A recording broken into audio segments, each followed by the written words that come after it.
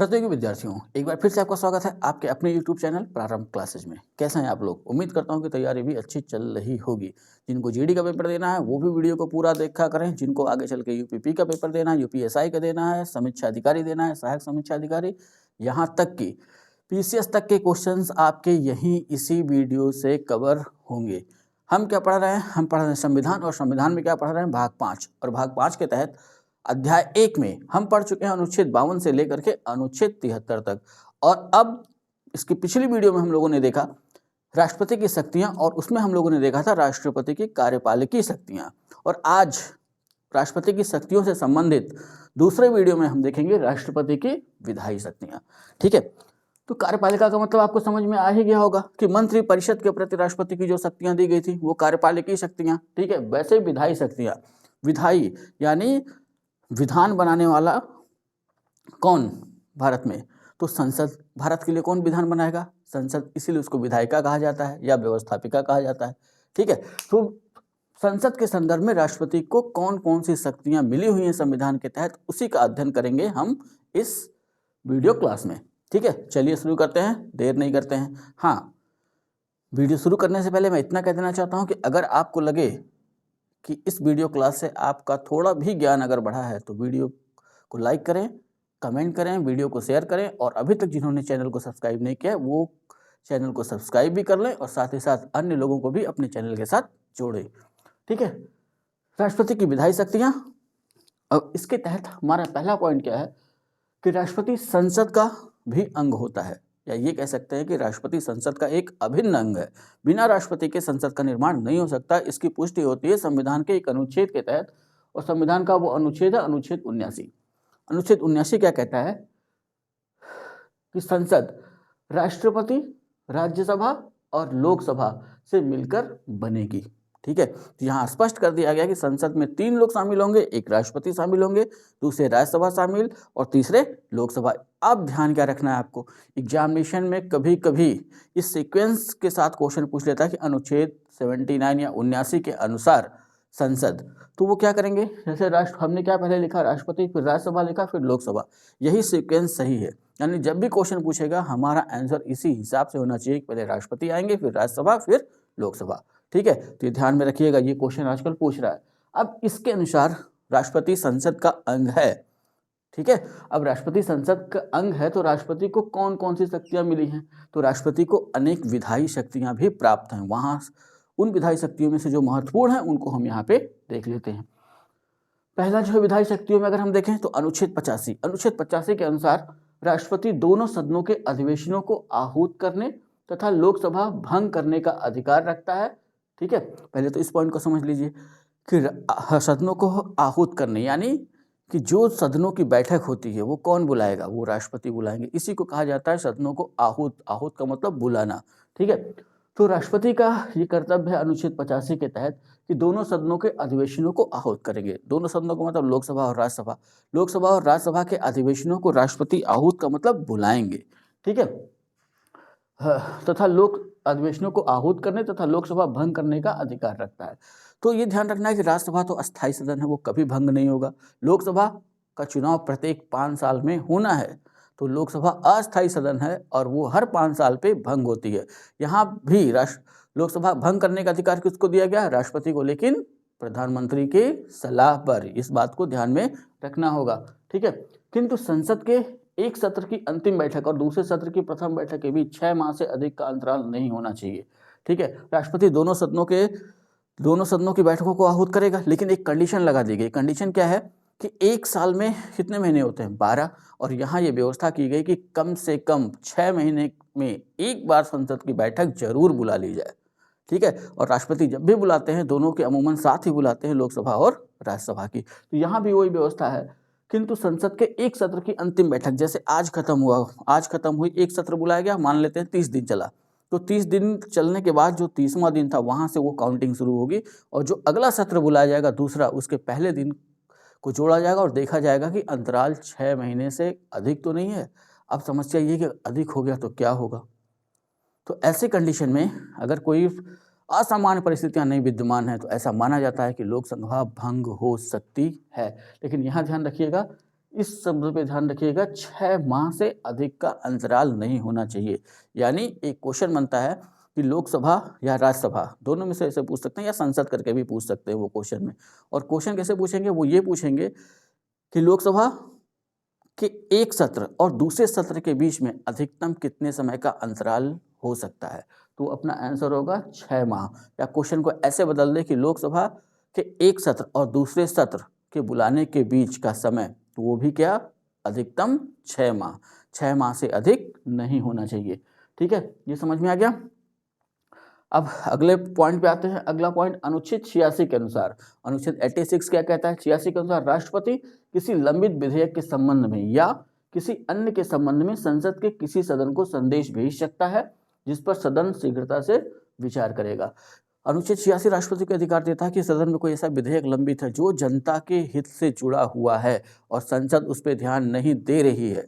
ठीक है, तो ऐसी कंडीशन में राष्ट्रपति 86 का, अनुच्छेद 86 का प्रयोग करते हुए उस सदन को अपना, यहाँ पे क्या आपने देखा,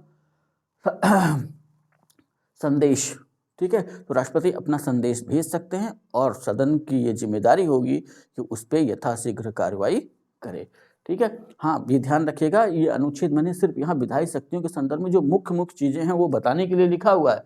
आगे जब हम बढ़ेंगे, जब हमारी क्लास आगे बढ़ेगी राष्ट्रपति की शक्तियों के बाद, तो वहाँ फिर से हम इन अनुच्छेदों को देखेंगे और इन अनुच्छेदों में जो पूरी चीज़ें हैं वो वहाँ पे पढ़ेंगे। अनुच्छेद 87 क्या कहता है, अनुच्छेद 87 के अनुसार राष्ट्रपति को कौन सी विधायी शक्तियाँ मिली हुई हैं, तो अनुच्छेद 87 के अनुसार राष्ट्रपति लोकसभा के लिए प्रत्येक साधारण निर्वाचन, आम चुनाव जो 5 साल पे होते हैं ना चुनाव, उसी को हम संवैधानिक भाषा में साधारण निर्वाचन कहते हैं और हम अपनी भाषा में कहते हैं कि आम चुनाव या लोकसभा का चुनाव। ठीक है, तो आम चुनाव के पश्चात प्रथम सत्र के आरंभ में और प्रत्येक वर्ष के प्रथम सत्र के आरंभ में एक साथ संवेद संसद के दोनों सदनों में अभिभाषण कर सकेगा और संसद को उसके बुलाए जाने का कारण बताएगा। तो अनुच्छेद 87 में प्रक्रिया दी गई कि जैसे ही कोई नई लोकसभा चुन करके आएगी, तो ऐसा तो है नहीं कि जो पिछली लोकसभा में लोग थे सारे के सारे वही चुन के आ जाए। ठीक है, कोई हारेगा कोई जीतेगा, जनता द्वारा चुनना है लोकसभा को।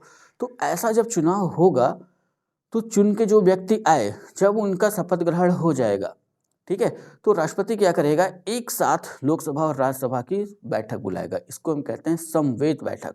ठीक है, तो समवेत बैठक बुलाएंगे। ऐसा क्यों कर रहे हैं वो, ऐसा इसलिए किया जाता है कि राज्यसभा वाले लोकसभा को जान ले, लोकसभा वाले राज्यसभा को जान ले, क्योंकि कई नए चुन के आए हुए हैं। ठीक है, तो ये तो कोई नई लोकसभा गठन होगी हर 5 साल में, ये तो प्रक्रिया का पालन करना ही करना है। साथ ही साथ एक है राष्ट्रपति का अभिभाषण। ये ध्यान रखिएगा, अनुच्छेद 87 और 86 दोनों के तहत हम राष्ट्रपति के अभिभाषण को रख सकते हैं।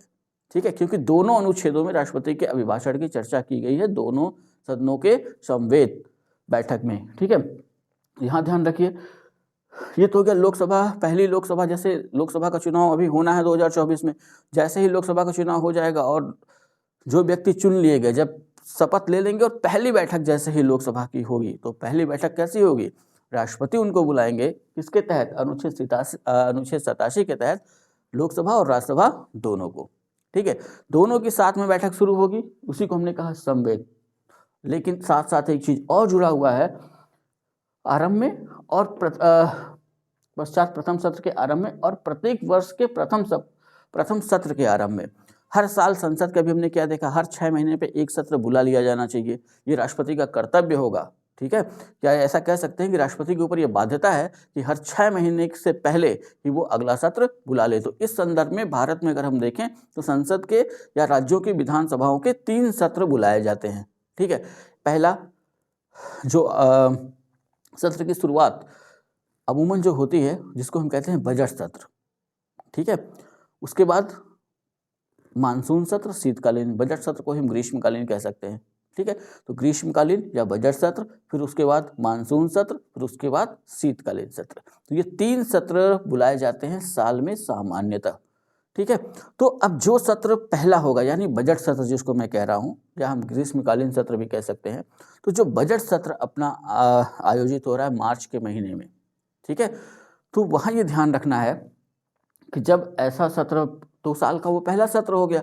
तो जब ऐसा पहला सत्र आयोजित किया जाएगा तब भी राष्ट्रपति दोनों सदनों को एक साथ समवेत बुलाएंगे और राष्ट्रपति वहां पे क्या देंगे, अपना अभिभाषण। ठीक है, अब यहाँ जो ध्यान रखने वाली बात यह है कि राष्ट्रपति जो अभिभाषण दे रहे हैं वो लिख कौन रहा है, तो ये अभिभाषण कौन लिखेगा, ये अभिभाषण लिखेगी मंत्रिपरिषद। ठीक है, ये ध्यान में रखिएगा, राष्ट्रपति का अभिभाषण मंत्रिपरिषद लिखेगी, राष्ट्रपति अपने मन से एक शब्द भी नहीं बोलेंगे। ऐसा क्यों? क्योंकि अब ये बता दिया गया मंत्रिपरिषद द्वारा कि एक साल के भीतर हम कौन कौन सा काम करेंगे संसद में। ठीक है, इसलिए ये व्यवस्था यहाँ पे दी गई और किसके द्वारा कहलवा दिया जाता है, राष्ट्रपति जी के द्वारा, इसलिए यहाँ पे कहते हैं राष्ट्रपति का अभिभाषण। ठीक, अगला अनुच्छेद देखिए जो राष्ट्रपति की विधायी शक्तियों में शामिल है वो अनुच्छेद 108।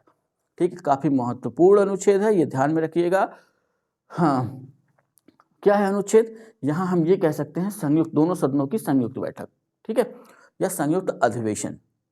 सीधा क्वेश्चन पूछता है कि दोनों सदनों का संयुक्त अधिवेशन राष्ट्रपति किस अनुच्छेद के तहत बुलाते हैं। ठीक, पहले तो ऐसे काम चल जाता था, लेकिन अब समस्या ये है कि समवेत संसद के दोनों सदन भी 86-87 में दिया हुआ है और 108 में संयुक्त अधिवेशन। तो यहाँ साफ शब्द में उन्होंने अंतर रखा है संविधान लिखते समय। 86-87 में जो शब्द प्रयोग किया गया वो समवेत, समवेत का मतलब साथ साथ, और 108 में जो शब्द प्रयोग किया गया वो है संयुक्त अधिवेशन। ठीक है, तो इतना अंतर है।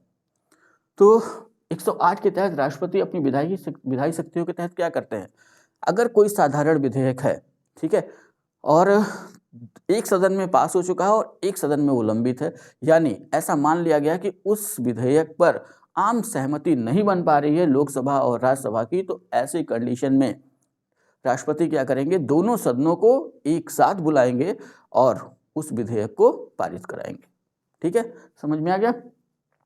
आगे आप ध्यान रखिए अनुच्छेद 331। तो अनुच्छेद 331 के तहत राष्ट्रपति की जो विधायी शक्ति है वो ये है कि राष्ट्रपति लोकसभा में 2 एंग्लो इंडियन की नियुक्ति कर सकते हैं। तो यहाँ ध्यान रखिएगा 331 अनुच्छेद जो है वो कैसे लिखा गया है, वो ऐसे लिखा गया है कि अगर राष्ट्रपति को ऐसा लगता है कि लोकसभा में एंग्लो इंडियन का पर्याप्त प्रतिनिधित्व नहीं है तो वो 2 एंग्लो इंडियन को लोकसभा में मनोनीत कर सकते हैं। जैसा कि 2019 में हमने क्या देखा कि अभी 331 के तहत वर्तमान लोकसभा में एंग्लो इंडियन की नियुक्ति नहीं की गई है, क्योंकि कुछ एंग्लो इंडियन पहले से ही चुन के लोकसभा में आए हुए। एंग्लो इंडियन कौन है, तो एंग्लो इंडियन का मतलब कि माता पिता में से एक भारतीय और एक ब्रिटिश मूल का। ठीक है, अगला अनुच्छेद 80 के तहत कौन सी शक्ति मिली हुई है राष्ट्रपति को विधायी शक्तियों में, तो अनुच्छेद 80 के अनुसार राष्ट्रपति राज्यसभा में साहित्य, कला, विज्ञान और समाज सेवा, ये 4 पॉइंट ध्यान में रखना है कि अनुच्छेद 80 के अनुसार राष्ट्रपति राज्यसभा में 4 क्षेत्र हैं। ठीक है, साहित्य का क्षेत्र, कला का क्षेत्र, विज्ञान का क्षेत्र और समाज सेवा। तो इस क्षेत्र में विशेष योगदान रखने वाले 12 लोगों को मनोनीत करते हैं। क्वेश्चन बार बार पूछा हुआ है, इसलिए विशेष ध्यान बनाकर रखिएगा अनुच्छेद 80 पर। अब क्वेश्चन कैसे पूछ लेते हैं, पहले तो क्वेश्चन सीधा पूछा जाता था कि राज्यसभा में राष्ट्रपति कितने लोगों को मनोनीत कर सकता है, हम सीधा सा आंसर दे लेते थे 12। ठीक है, लेकिन अब क्वेश्चन कैसे बनता है, किस अनुच्छेद के तहत राष्ट्रपति राज्यसभा में 12 लोगों को मनोनीत करते हैं। राष्ट्रपति राज्यसभा में 12 लोगों को मनोनीत करते हैं, उनका संबंध किन किन इनमें से किस क्षेत्र से नहीं है। तो यहां ध्यान रखिएगा, एक क्षेत्र वो हमारे लिए जोड़ देंगे, सहकारिता। ठीक है, तो ये सहकारिता शब्द राज्य सूची का विषय है, इसलिए यहाँ पे राष्ट्रपति सहकारिता से संबंधित व्यक्तियों को नहीं जोड़ते हैं, बल्कि उन 6 राज्यों में जहाँ विधान परिषद है वहाँ पे राज्यपाल को यह अधिकार मिला हुआ है कि वो सहकारिता से जुड़े हुए या सहकारिता के संबंध में विशेष ज्ञान रखने वाले व्यक्ति को भी विधान परिषद में जगह देंगे। ठीक है, अब यहाँ एक पॉइंट और ध्यान दे लीजिए, राष्ट्रपति आवश्यकता पड़ने पर लोकसभा के अस्थायी अध्यक्ष और राज्यसभा के कार्यकारी उपसभापति की नियुक्ति कर सकता है। ठीक, तो अस्थायी अध्यक्ष का मतलब नई लोकसभा चुन के आई तो उसमें कोई अध्यक्ष तो होता नहीं है, अब शपथ कौन दिलाएगा, तो सदस्यों को शपथ दिलाने की जिम्मेदारी है राष्ट्रपति की या उसके द्वारा नामित व्यक्ति। ठीक है, तो राष्ट्रपति क्या करते हैं, अपनी तरफ से एक लोकसभा में अस्थायी अध्यक्ष, प्रोटेम स्पीकर जिसको कहते हैं, उनको नियुक्त कर देते हैं और प्रोटेम स्पीकर भी 1-2 व्यक्तियों को नियुक्त कर देते हैं अपने तरफ से और सब मिलकर के शपथ दिला देते हैं। तो यहाँ ध्यान क्या रखना है कि लोकसभा हो चाहे राज्यसभा हो, उसके सदस्यों को शपथ कौन दिलाएगा, तो राष्ट्रपति। ठीक है, तो राष्ट्रपति का ये अधिकार है कि अगर कोई ऐसी कंडीशन बनती है कि लोकसभा में अध्यक्ष और राज्यसभा में उपसभापति नहीं है तो राष्ट्रपति अस्थायी अध्यक्ष और कार्यकारी उपसभापति की नियुक्ति कर सकते हैं। ठीक, इसी विधायी शक्तियों में एक छोटा सा पॉइंट है विधेयकों पर राष्ट्रपति के विशेषाधिकार। जो सदन में विधेयक पारित हो रहे हैं उस पर राष्ट्रपति के कौन कौन से विशेषाधिकार हैं, बहुत ध्यान से देखिएगा। संसद द्वारा पारित प्रत्येक विधेयक राष्ट्रपति की स्वीकृति के बाद ही कानून बनेगा, यानी कि तभी अधिनियमित होगा। संसद कोई भी विधेयक पारित कर दे, जब तक राष्ट्रपति उस पर हस्ताक्षर नहीं करेंगे तब तक वो कानून का रूप नहीं ले सकता, यानी अधिनियम का रूप नहीं ले सकता। ठीक है, इस संदर्भ में अनुच्छेद 111 काफी महत्वपूर्ण है, इसको ध्यान में रखिएगा। ठीक, कई एंगल से या कई तरीके से यहाँ से क्वेश्चन बनाए जा सकते हैं। 111 के अधीन क्या हो रहा है कि राष्ट्रपति संसद द्वारा पारित किसी विधेयक पर, बस यहाँ ध्यान रखिएगा, किसी साधारण विधेयक, ठीक है, सभी विधेयकों पर नहीं, सिर्फ साधारण विधेयक पर अनुच्छेद 111 लागू होगा। संसद द्वारा पारित किसी साधारण विधेयक पर अपनी अनुमति दे सकता है या अपने सुझाव के साथ पुनर्विचार के लिए संसद को लौटा सकता है, या साधारण विधेयक को अनिश्चित काल तक विचाराधीन, और विचाराधीन को ही हम किस नाम से जानते हैं, पॉकेट वीटो या जेबी वीटो, विचाराधीन रख सकता है। तो अनुच्छेद 111 के तहत राष्ट्रपति को कितनी शक्तियां मिली हुई हैं साधारण विधेयक के ऊपर? 3। पहला, या तो वो उसको हस्ताक्षर करके उसको कानून का रूप दे दे, ठीक है, या तो वो जिस सदन से वो विधेयक उसको आया हुआ है उस सदन को पुनर्विचार के लिए लौटा दे, या संसद को पुनर्विचार के लिए लौटा दे, संसद उस पर फिर से विचार करे। ठीक है, और तीसरा क्या कि अनिश्चित काल तक विधेयक पे न साइन करे न लौटाए, उसको अपने पास ही रख ले। तो इसको एक नाम दिया गया पॉकेट वीटो या जेबी वीटो। पॉकेट का मतलब जेब में रख लिया, पॉकेट का मतलब जेब होता है और उसी से जेबी वीटो बना हुआ है। तो तीनों से अलग अलग क्वेश्चन बनता है, जैसे कि साधारण विधेयक पर राष्ट्रपति इनमें से किस अनुच्छेद के तहत अपनी अनुमति देता है, तो 111। साधारण विधेयक को राष्ट्रपति किस अनुच्छेद के तहत सदनों को वापस कर सकता है, ठीक है, पुनर्विचार के लिए, तब भी हमारा आंसर क्या होगा, अनुच्छेद 111। वैसे ही किस अनुच्छेद के तहत राष्ट्रपति विधेयकों को अनिश्चित काल तक लंबित रह सकता है, या पॉकेट वीटो कर सकता है, या जेबी वीटो कर सकता है, तब भी आंसर क्या होगा, अनुच्छेद 111। ठीक है, अब यहाँ ध्यान जो रखना वो ये है कि चलिए हस्ताक्षर कर दिया तो विधेयक कानून बन गया, अपने पास रख लिया यानी जेब में रख लिया तो कोई उसका फर्क नहीं पड़ा, वो विधेयक उसके पास ही पड़ा रहेगा। ठीक है, वहाँ कोई व्यवस्था नहीं है कि आगे संसद क्या करेगी, उसको सिर्फ इंतजार करना है राष्ट्रपति की सहमति या असहमति का या पुनर्विचार का। ठीक, अब अगर राष्ट्रपति ने 111 का प्रयोग करते हुए किसी विधेयक को, समझना ऐसे है कि अगर राष्ट्रपति अनुच्छेद 111 का प्रयोग करते हैं और संसद द्वारा पारित किसी साधारण विधेयक को पुनर्विचार के लिए अगर लौटा देते हैं तो उसके बाद राष्ट्रपति के क्या अधिकार होंगे। पुनर्विचार के लिए जो विधेयक लौटाया जाएगा, अब संसद चाहे तो उस विधेयक में संशोधन करे या न करे। ध्यान ये रखना है कि राष्ट्रपति अपनी टिप्पणियों के साथ ही उस विधेयक को भेजेंगे। ठीक है, अब संसद चाहे तो उनकी बात पे ध्यान दे, चाहे तो बात पे ध्यान न दे, और दोबारा अगर संसद पारित करके उस विधेयक को राष्ट्रपति के पास भेजती है जिसको राष्ट्रपति ने पुनर्विचार के लिए भेजा था, तो राष्ट्रपति उस पर हस्ताक्षर करने के लिए बाध्य होगा। एक लाइन में अगर कहें तो राष्ट्रपति द्वारा पुनर्विचार के लिए संसद को भेजा गया विधेयक अगर दोबारा संसद द्वारा राष्ट्रपति के पास हस्ताक्षर करने के लिए भेजा जाता है तो राष्ट्रपति उस पर बाध्य होगा हस्ताक्षर करने के लिए। ठीक, एक ऐसी ही व्यवस्था और इसमें देखने को मिलती है, अनुच्छेद 200 है तो राज्य का, लेकिन यहाँ हम यानी भाग 6 का, लेकिन यहाँ हम चर्चा कर लेते हैं कि अनुच्छेद 200 राज्यपाल को यह शक्ति देता है कि वो राष्ट्रपति के विचार के लिए किसी विधेयक को सुरक्षित रख ले। अगर राज्यपाल को लगता है कि राज्य की विधानसभा ने कोई ऐसा विधेयक पारित कर दिया है जो केंद्र की किसी व्यवस्था को प्रभावित करता है या केंद्र सूची से उसका संबंध है, तो राज्यपाल अनुच्छेद 200 का प्रयोग करते हुए उस विधेयक को राष्ट्रपति के लिए सुरक्षित रख लेंगे और उसके बाद भेज देंगे राष्ट्रपति को। तो जैसे वो राष्ट्रपति को भेजते हैं तो जो चीजें अनुच्छेद 111 के तहत संसद के साधारण विधेयक पर लागू हुई थी वही चीजें यहाँ भी अनुच्छेद 200 के साथ भी लागू होंगी। यानी राज्यपाल द्वारा जो विधेयक सुरक्षित रख लिया गया और जिसे राष्ट्रपति को भेजा जा रहा है, राष्ट्रपति को भी उसको यही राष्ट्रपति के पास भी ये 3 अधिकार होंगे। या तो वो उस, अब ये ध्यान रखना है कि अगर राज्यपाल ने कोई ऐसा विधेयक भेजा तो राष्ट्रपति तुरंत उस पर निर्णय नहीं लेंगे, उसको भेजेंगे संसद को, संसद उसको देखेगी। ठीक है, संसद देखेगी और फिर उसके बाद राष्ट्रपति के पास आएगा। अब राष्ट्रपति उस पर सिग्नेचर करते हैं कि नहीं करते हैं। ठीक है, अगर सिग्नेचर कर दिया तो वो कानून बन गया, यानी अधिनियमित हो गया। सिग्नेचर नहीं किया, अनिश्चितकाल के लिए अपने पास रख लिया तो पॉकेट वीटो हो गया। अगर पुनर्विचार के लिए लौटा दिया तो वो विधेयक फिर राज्यपाल को अगर पुनर्विचार के लिए लौटाया गया तो वो फिर जाएगा राज्य की विधानसभा में, और राज्य की विधानसभा ने अगर दोबारा उसे पारित कर दिया, चाहे संशोधन के साथ चाहे बिना संशोधन के साथ, और फिर वो राष्ट्रपति के पास अगर आता है तो राष्ट्रपति उस पर हस्ताक्षर करने के लिए बाध्य होंगे। ठीक है, अब यहाँ ध्यान रखिए, नीचे नोट करके मैंने कुछ चीज़ें लिखी हैं जो बहुत महत्वपूर्ण है, दिमाग में रखनी होंगी। क्या है? कुछ विषयों से संबंधित विधेयक, यानी कुछ ऐसे विधेयक हैं अगर जिनको संसद में प्रस्तुत करना है तो राष्ट्रपति की पूर्व अनुमति उस पर आवश्यक है। उन्हीं को यहाँ 5 पॉइंट पे हमको देखना है।